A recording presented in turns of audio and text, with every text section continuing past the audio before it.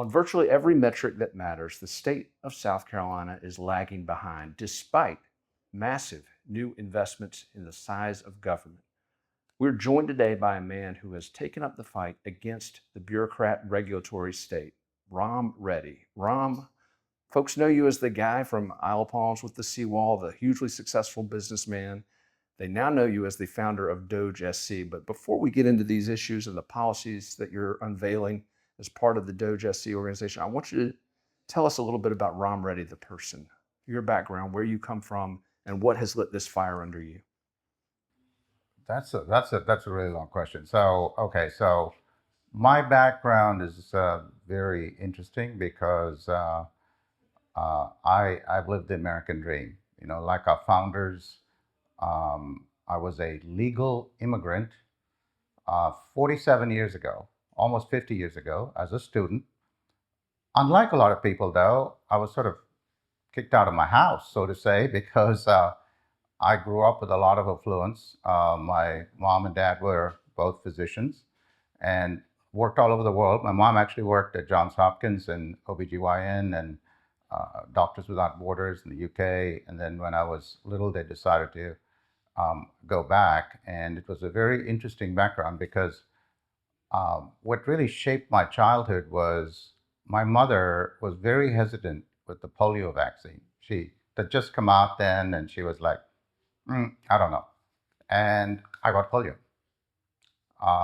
Totally shocked everyone. I was paralyzed, on the verge of death. I was in the hospital for over a year and in and out of consciousness. And I remember one day sitting there, laying in my bed and almost passing out. And I could hear the doctor telling my mother, we got to put him in the iron lung because his lungs are failing. And we don't recommend it. Just take him home and let him be comfortable. My dad, who was very quiet, usually he's a type B, C, D, whatever you want to call it, he suddenly jumps up and says, no, you won't. You will put him in the iron lung. We will do everything we can and let God decide that. You don't decide that. God decides that. And it was almost a turning point after that. You know, it was a moment. I went to Catholic school. I was brought up by a Catholic nanny, so I sort of rebelled against religion a little bit because it was so strict. You know, the hair had to be short, the shorts had to be long. And my nanny made me go to church every Sunday, which was for a little guy was really not the thing. But then this thing happened. In the midst of this, she gets me the Lourdes water. I don't know if you've heard of it, but it's Lourdes, France. It's the holy water. And she said, that's what is going to cure you. And everyone laughed. And she gave me this water. And until she died, she really believed that's what turned the tide for me. And then my mom said, you know what? Now you're good. It's time for you to go find your way. You know, it's time for you to get out of all this. We had drivers and maids and all this kind of stuff, and go find your way. So I'm going to give you the best education, go get it. So she said, got to go to the US and get your education. So I did. I got my chemical engineering. I went to the Wharton Business School and did everything I could and got into business. I worked for Exxon for almost a decade and then ended up buying an Exxon division actually in South Carolina in Somerville.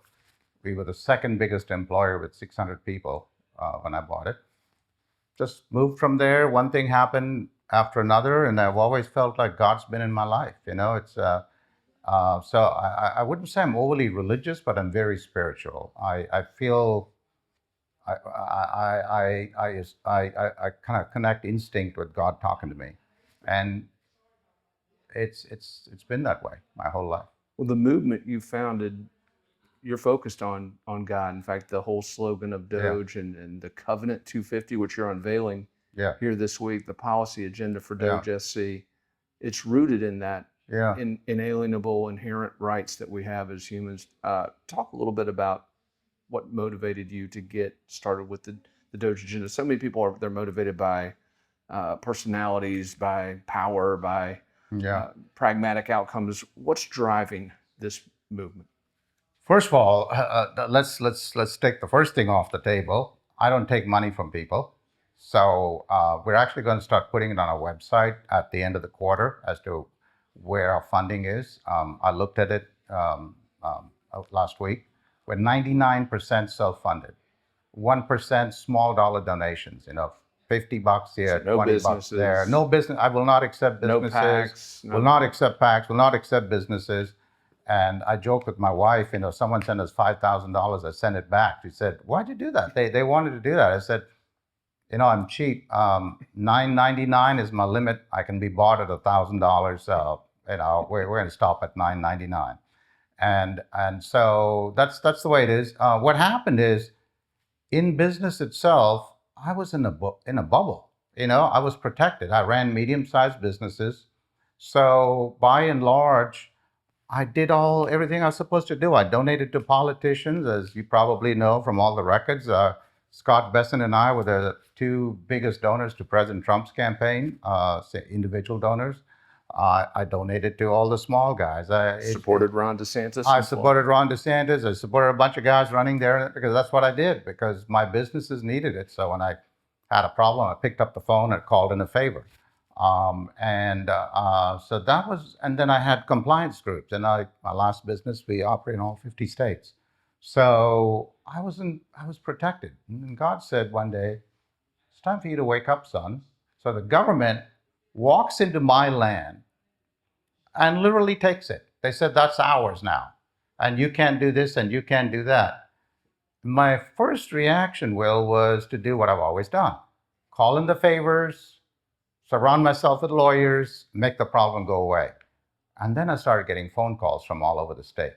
Once the fake news media started putting stuff out, people were like, thank God for standing up to these goons. They've destroyed our lives, and we couldn't afford to stand up to them. And I would get calls from people, not just land, people where their kids were being taken from them and crying on the phone. And I said, "Renee, something's going on here." So we started looking into this thing, and I realized we have weaponized government against the citizen in all aspects, not land, but everything: education, land, children, the courts, the probate courts, the family courts. We have literally weaponized government against the citizen, so much so that the young people coming into government think that's normal. We've normalized it. They think that's their job, to actually go after the citizen. And that's how the DOGE movement started out, saying we got to tear down this what tyranny is in effect. And all of a sudden, I remember 3.5 months ago, we were laying in bed and Renee said, "You just got your second supporter," because she used to be my only Facebook supporter. And 3.5 months later, we have 14,000 people on Facebook. It's crazy. And I told Renee, something's going on. We've touched a nerve, something's going on, and we got to do something about it. And so we formed DOGE, and it sort of became a movement. But now I feel like it's time to take it to the next step, because when I hear these stories, Will, they're frightening. Essentially, what we've done is we've taken money and power from the citizen, we've given it to the government, and they use it to weaponize government against the citizen. So Well, let's dive into a little bit of this, because we've got multiple people running for governor of South Carolina right now. They have not released 1/10 of the detailed policy agenda that you have introduced as a private citizen yeah. as part of this movement. Walk us through some of the high points of Covenant 250 of what you are hoping to accomplish through this agenda that you're unveiling. So as far as people running for governor, I don't comment on individuals, as you know. But overall, I would just say to them, people are cynical because, people come in and make these promises and say these things that in many instances are impossible to keep. I heard someone yesterday say, "I'm going to cut the taxes." How are you going to cut the taxes? "We're going to eliminate earmarks, and we're going to ask the agencies to cut 3% of their budget." That was the action. Well, if you actually run the numbers, that's about $700 million. Where does the other $4.3 billion come from? And this is the thing, we say these things to people that we cannot get done. And people are like, yeah, yeah, I've heard that before. How are you making money from that? They're just cynical. So what we've done, and I don't want to take up too much time, but it falls into three categories: power, money, and policy. So the power and the money has to shift back. It has shifted to government, has to shift back. Easy to understand. So let's start with the power. We have one branch of government, essentially. We're back to the king, right? And again, I'm not blaming any of the legislators, and I'm not talking about this person or that person is bad. That's not for me to comment.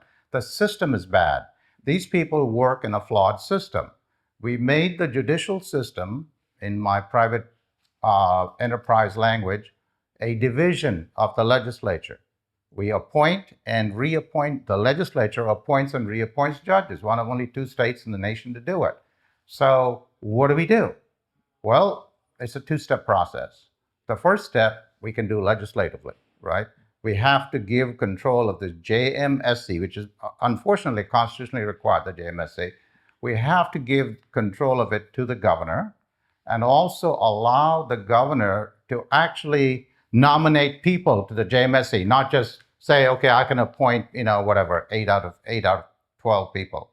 So that can be done legislatively. Then we have DEI criteria, and we have these judges being interviewed in executive session. What is that?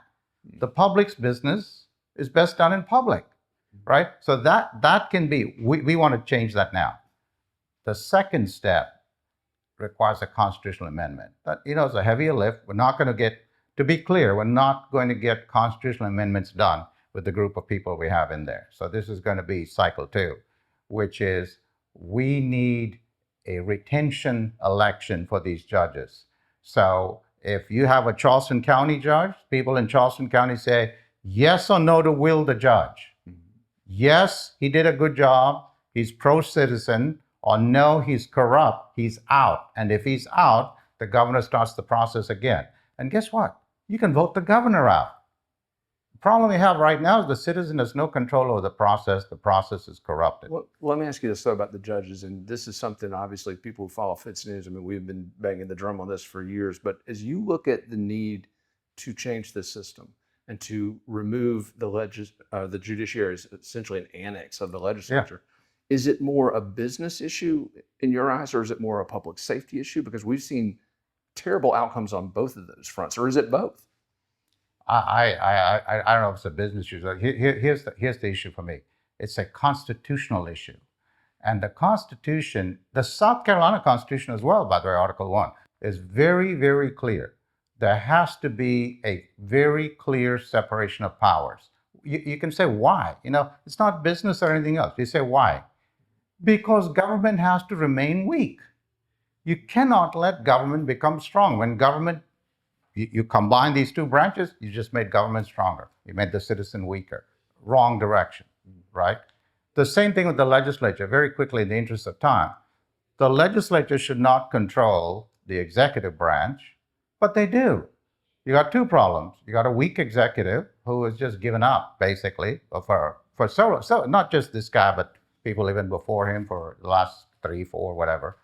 And they just accepted that they're not a co-equal branch. So that's part of the problem. So I would say you got to get someone in there with some nuts, for lack of a better word. Well, do you see one of those candidates in the field right now? Like I said, I'm not going to comment on this field. But I've got to ask you, Rom. It's very difficult to see how people who are running today, who have been part of the system. I always say this in business, and I tell my managers this: whatever these people are telling you, your people are telling you they're going to do, look at what they've done. Mm-hmm. They've done something, they're going to do it. It's hard to change the slope of the curve.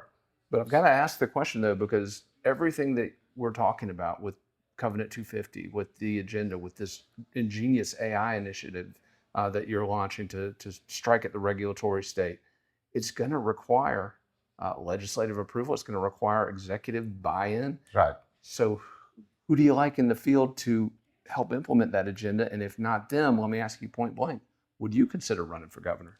It's not. Right now I have no. That's not my motivation at all. But I don't take my direction from these kind of things. I've always said. I said at the beginning of it. I listen to the Almighty. When if the time comes and He says, you know what, it's time for you to step out of your bubble that you've been in. Look, I've lived the American dream. There's no question about it. Will not apologize for it. We'll cross that bridge when we come to it. I don't have donors. I don't have consultants or people who tell me what to do.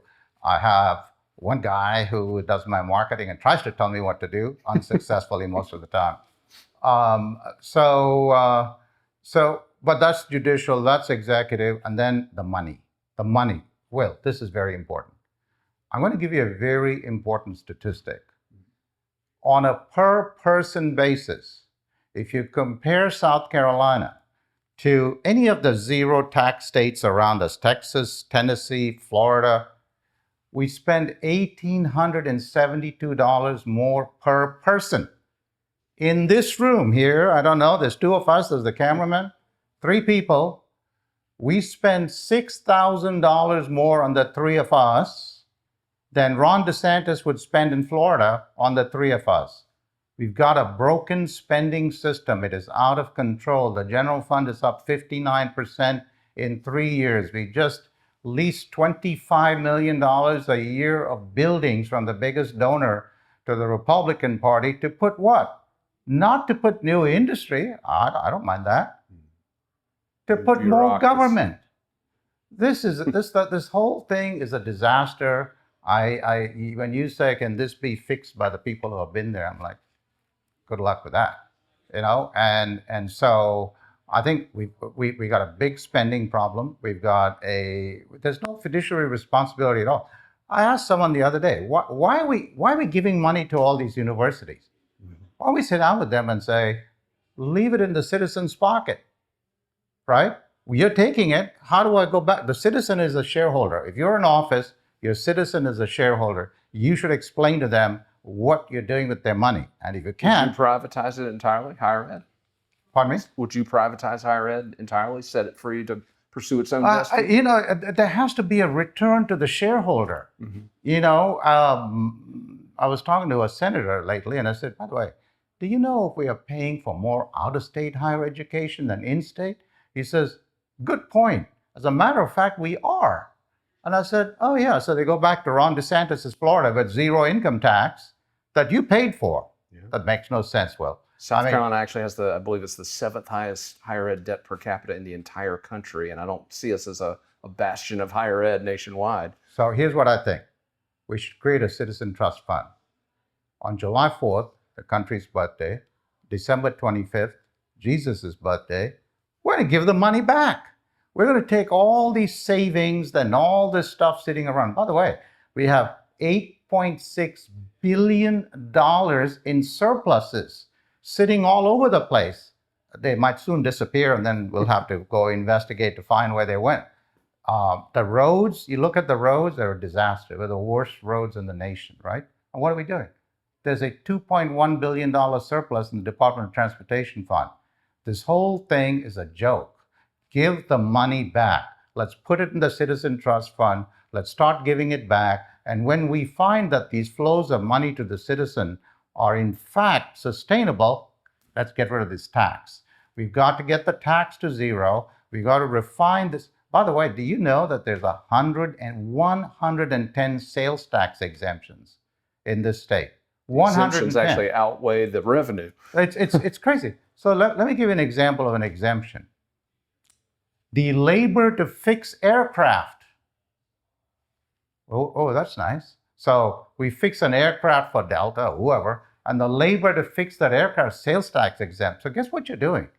When you exempt that, you, the citizen, have to make that up because you're spending like a drunken sailor. This is nonsense. But yet, what do? If you want to go out, you're driving a Toyota, 5 years old, broken down, you want to buy another Toyota, exact same car, exact same tire, using the road the exact same way, maybe more fuel efficient, your property tax is going to go up 4 times. what this is insanity. We got a system of governance that's broken. Mm. And then the last thing is our whole policy, education. We're 42 out of 50. Roads, we're in the bottom 2 or 3. By the way, we're number 2 for centrally controlled roads, but we're bottom 2 for the performance of our roads. Our crime, we're the highest violent crimes in the nation. Healthcare, we're number 6 highest healthcare cost, number 45 in outcome. It's hard, and the median family income, and this is what I say: the people are poor. It's bottom 8 in the nation. Will, this can be fixed. There's specific things we're going to talk about today in the Palmetto Revolution. We can fix these things. There are fixes, but we're getting to that inflection point. We got there on the federal side. President Trump hadn't won. God help us. And I think we're getting there here. Well, let me ask you, you mentioned the education agenda. We are a state where spending roughly $19,000 per kid per year on this, again, as you mentioned, scraping the bottom of the barrel nationally system. What solutions do you see? Obviously, a lot of people talk about school choice. As you look at the education disaster here in the Palmetto State, what sorts of policies is DOGE SC going to champion? So we're actually going to champion something called Through the Eyes of a Child. Through the eyes of a child means stop this ideological nonsense. Let's start making a difference to the children. And I'll tell you something that's happened here. No one knows it. It's amazing. No one even knows it. 20 years ago, our administrators were about 30% of the total. Today, we have more administrators than teachers in the system. Greater number of administrators than teachers. And you're wondering why you're spending that $19,000 or $18,000. I believe, if I remember right, $9,800 if it goes to classroom, and the rest of it is all this other nonsense that's going on. And so I'm telling you, Will, the biggest changes, everything we're going to talk about it today, is AI. AI, there's bad AI, and we'll talk about bad AI, which is scanning public databases. There's good AI, which we use. I have a foundation, as you know, and we do work all over the world with children's education. And we've been using AI-based learning, which is AI learns how your child learns. You learn differently than I do, right? And AI figures that out. And it adjusts the teaching to the child. And honestly, I was shocked. My wife actually used the system to teach. And I was thinking, I said, if we get 15% improvements in math and English, I'll fund year 2. We saw 37%. It is astonishing what it's doing. So we're leveraging AI to figure out how individual students learn. Exactly. And so we're actually doing that same pilot in Edgefield County with 1,600 kids. There's a great superintendent there who's on board. We'd love to come check that out. You should. And I think we really need to go down these paths. The governance here is broken, utterly broken. We have a elected superintendent, which, by the way, is not constitutional, a separate issue. Then you have a school board that's somewhat independent from the superintendent. And then you got the individual school districts that get state money. Again, we go back to this, who's in charge? Nearly 90 of them, by the way, across the state. We've only got 46 counties in South Carolina, but 90 school districts. And they say autonomy. And I'm like, we got to fix the governance, because I'll tell you what, you have autonomy if you want, but you don't have autonomy with my money. And when you take taxpayers' money, that has to be treated like your money. So you're taking your money and you're giving it to all these boards, and you say, autonomy. No, there's no autonomy. That we have to be able to implement change. And that's what the governance has to change. It's broken. It's broken. And so we have a lot of policy stuff behind these things I'm talking about, but we've got to take one step at a time. Our 3 immediate steps, I think, are judicial. We got to fix that.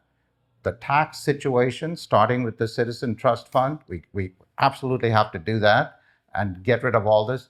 We got to repurpose 25,000 jobs from the public sector to the private sector right now to get the spending in line. And then we got 84,000 regulations, my friend. I heard some people saying, challenging, maybe it was in your paper, challenging whatever the surfer dude is in California. What's his name? Gavin Newsom, to come do a debate. Be careful what you ask for, because we have 1.8 times on a per capita basis the regulation that California has, right? We are the highest tax red state in the nation. So, this is all lipstick on a pig. We keep fooling the people. And my thing is, the people are smart, Will. They're extremely smart. Why don't we just tell them what it is? We tell them, here's what it is, and here are 4 things we can actually do to get things done, to get things fixed. Well, and that leads, though, to the real question here, because we go back in time, we look at the administration of Mark Sanford, had some great ideas, the Tea Party movement, the MAGA movement, all of these, what were perceived at the time as existential threats to South Carolina's broken, failed status quo. How is Rom Reddy's DOGE SC going to be different? Well, there are 2 or 3 things that are different, and we have to embrace these 2 or 3 things, okay? For us, it is, first and foremost, people need to understand that our entire movement starts with what our founders started. We've got to get people to understand your rights come from God, not government. Government has usurped the place of God, and people are identifying with that. They see it. They see it when you talk about it. So there's an element of that throughout what we do. The second big thing, Will, is AI. AI is in everything we do. I mean, we're actually going to have this thing working by the end of the month on the regulations versus the statute, where the AI reads the regulation, reads the statute, and says all these regulations don't match the statute. We did the first test on SCDOT regulating, 41% mismatch. So the 84,000 regulations have to be cut in half. Those things, those savings have to go into the trust fund. Otherwise, I promise you, we will lose it and have an investigation to find something, fire a couple of people or do whatever.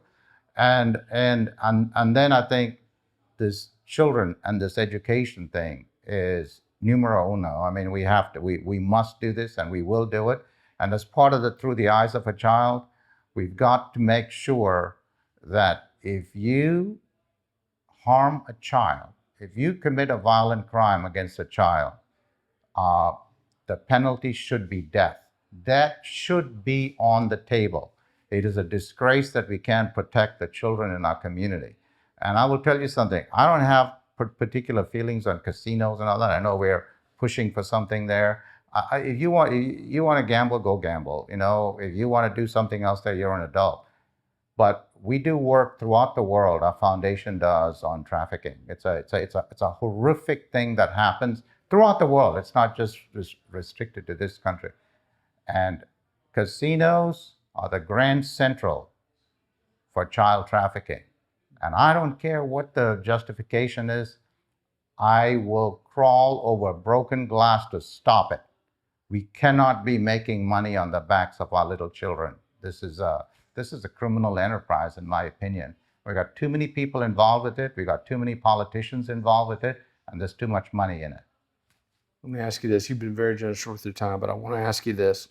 Lawmakers who stand in the way of this agenda in the legislature, who block this agenda, who refuse to hold hearings on these bills that are introduced, how do you handle them? Yeah, this is crucial, and it's never been done before.